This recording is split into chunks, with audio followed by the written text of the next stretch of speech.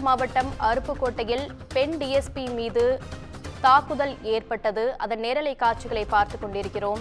இதில் ஓட்டுநர் கொலை வழக்கில் குற்றவாளிகளை கைது செய்ய கோரி போராட்டமானது நடைபெற்றது. சாலை மறியலில் ஈடுபட முயன்றவர்கள் தடுத்தபோது போலீசார் மீது தாக்குதல் நடத்தினர்.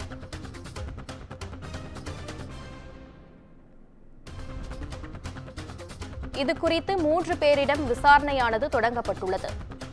பெண் டிஎஸ்பி மீது தாக்குதல் நடந்தது தொடர்பாக 3 பேரிடம் விசாரணையானது தொடங்கப்பட்டுள்ளது.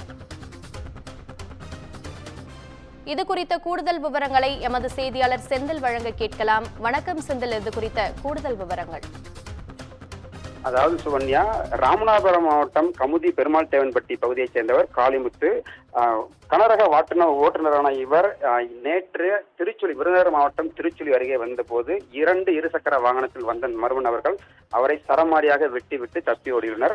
வெட்டுப்பட்ட அவரை அருகில் இருந்த பொதுமக்கள் உடனடியாக மீட்டு அருப்புக்கோட்டை அரசு மருத்துவமனைக்கு அனுப்பி வைத்தனர். அவர் ஏற்கனவே இறந்து விட்டதாக மருத்துவர்கள் தெரிவித்ததன் அடிப்படையில் அவரது உறவினர்கள் நேற்று முதலே போராட்டத்தில் ஈடுபட்டு வந்தனர். இந்த நிலையில் இன்று குற்றவாளிகளை உடனடியாக கைது செய்ய வலியுறுத்தி அவரது உறவினர்கள் அருப்புக்கோட்டை ராமேஸ்வரம் பிரதான சாலை மறியல் போராட்டத்தில் ஈடுபட முயன்றனர். அப்போது காவல்துறையினருக்கும் போராட்டக்காரர்களுக்கும் இடையே வாக்குவாதம் என்பது ஏற்பட்டது. தொடர்ந்து வாக்குவாதம் ஏற்பட்டது மோதலாக மாறியது.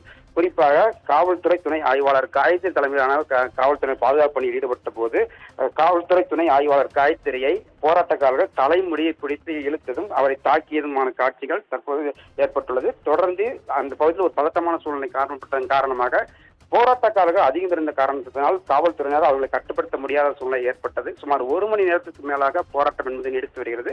சம்பவத்திற்கு கூடுதலாக காவல்துறையினர் வரவழைக்கப்பட்டுள்ளனர்.